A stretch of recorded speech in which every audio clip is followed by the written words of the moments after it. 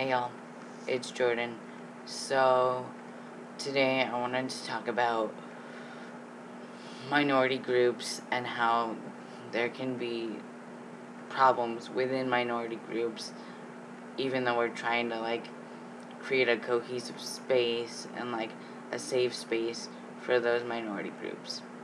So, um, I was in a situation, where I had joined, an LGBT group, um, to get more support, because I, don't really have much at home,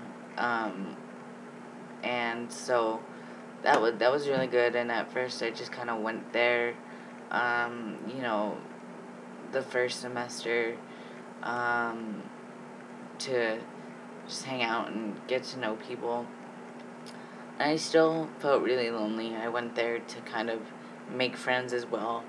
Um, and so I thought, oh, you know, maybe I'll become a intern for like this group, because I really like this group, and I want to get closer to the people that are already in like the this minority. Um, so I became an intern, and you know that semester I was taking 20 credits plus three extracurricular activities that were really demanding. And so part of it was I overbooked myself, and I had way too much to do and not enough time. Um, but I really, as an intern, felt like I was on the outskirts of the entire group. I felt like if I wasn't super queer or super flamboyant or super funny, I wasn't gonna be accepted by that group of individuals. Um, and it was hard because it was they had already formed their friend groups, and so it was hard to kind of try to go into that circle, especially being so busy. Maybe it would have been different had I not been so busy. But it was just it still hurt. It was here I thought this was gonna be a safe space for me, and you know, the second I started identifying more as masculine, or not identifying, presenting more as masculine with being on hormones and everything, versus being more androgynous and non-binary, looking to the public and society, I felt like I was also less accepted there. Um, and, just because I look a certain way doesn't mean I identify that way. I might look more masculine than when I, wasn't on hormones, but I don't identify as purely masculine. I identify more on the masculine side of the spectrum, but I identify as non-binary. I don't want to say that I am male or female, because I feel like that, for me, fluctuates. I'm more comfortable when I identify as male, but I don't identify always as male, and I sure as hell don't,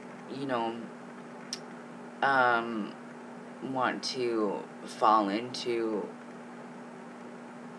a lot of the male stereotypes. And also, yes, I recognize that I have privilege because, you know, being on hormones, I will pass as a cisgendered white male eventually. Um, but, there's a lot of places where I'm still not going to have that privilege, such as dating, because I don't plan on having surgeries anytime soon.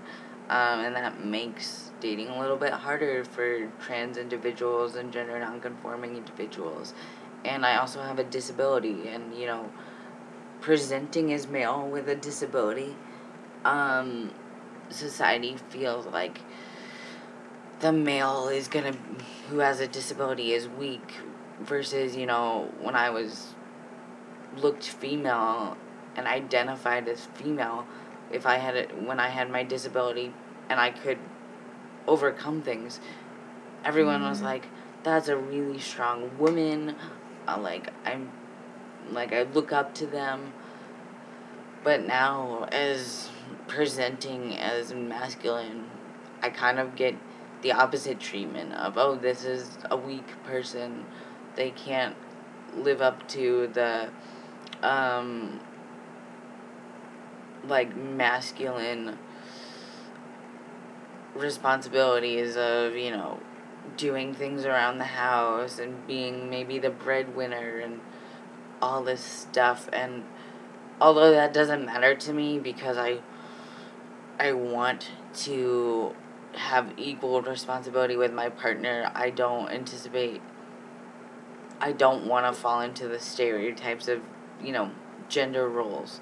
But regardless, when I'm in this LGBTQ space, I feel like because I present like I have all this privilege as a white male, or will soon be presenting as that, I feel like I'm respected less, and I'm supposed to be quiet about my opinions of things.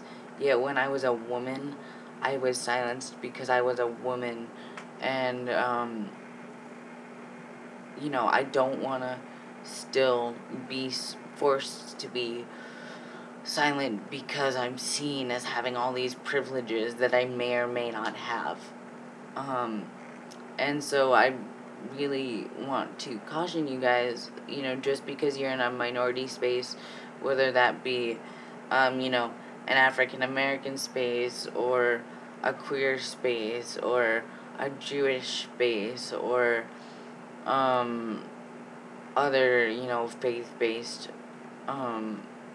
groups, and other minorities, as, whether it be disabled or not disabled, or whatever the group is that's a minority, there can still be bullying that happens. And a lot of times there's this bubble in that space of, oh, since we identify as this, we know everything there is to know about this.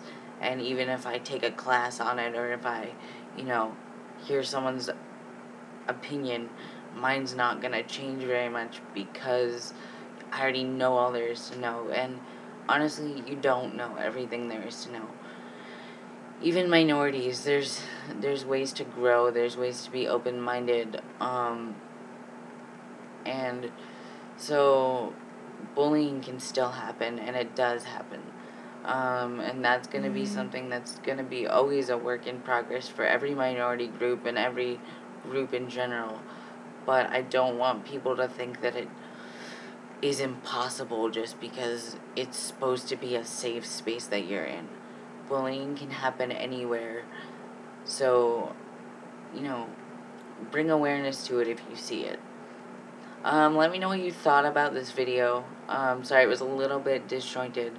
Comment below with your thoughts, with your experiences, if you experienced bullying in a minority group. Let me know how things are, and, just your thoughts. And I will see you all soon.